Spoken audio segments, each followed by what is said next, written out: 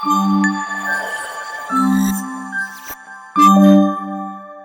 అండి, అందరూ ఎలా ఉన్నారు? Welcome to Sindhu super foods.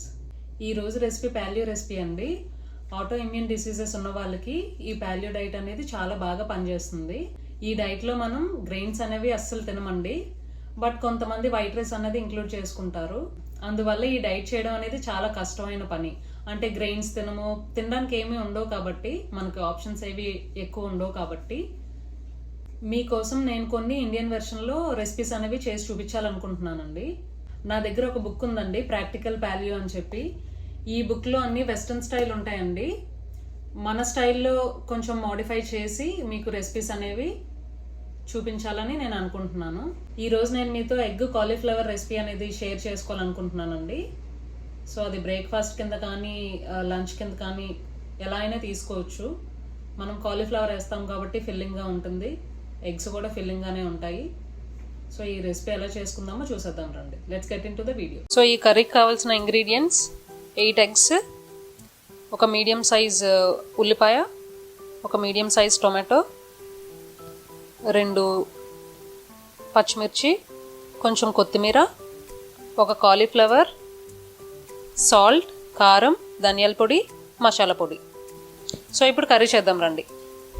కడాయి వేడెక్కాక 2 టేబుల్ స్పూన్స్ గీ వేసుకొని, 1/2 టీ స్పూన్ జీలకర్ర, చిన్నగా తరిగి పెట్టుకున్న 1 మీడియం సైజ్ ఆనియన్, 2 పచ్చిమిర్చి, కొంచెం కొత్తిమీర వేసి బాగా వేయించుకున్నాక కట్ చేసుకున్న 1/2 టమాటో వేసి సాఫ్ట్గా అయ్యేంత వరకు వేయించండి.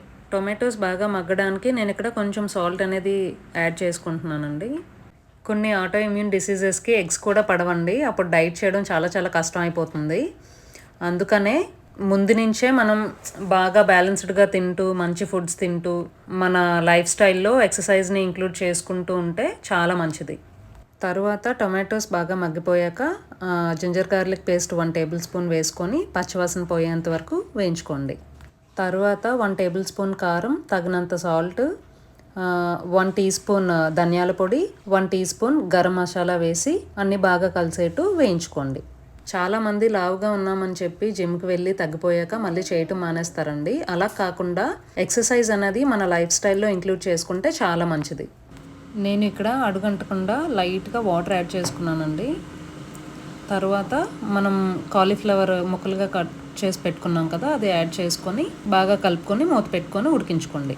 5 మినిట్స్ తర్వాత కొంచెం కాలీఫ్లవర్ ఉడికాక కొంచెం వాటర్ యాడ్ చేసుకోండి. ఎందుకంటే మనం ఎగ్స్ డ్రాప్ చేసుకుంటాం కాబట్టి కిందన అడుగంటకుండా పైన చక్కగా ఎగ్స్ ఉడికేలాగా కొంచెం వాటర్ యాడ్ చేసుకుంటే సరిపోతుంది.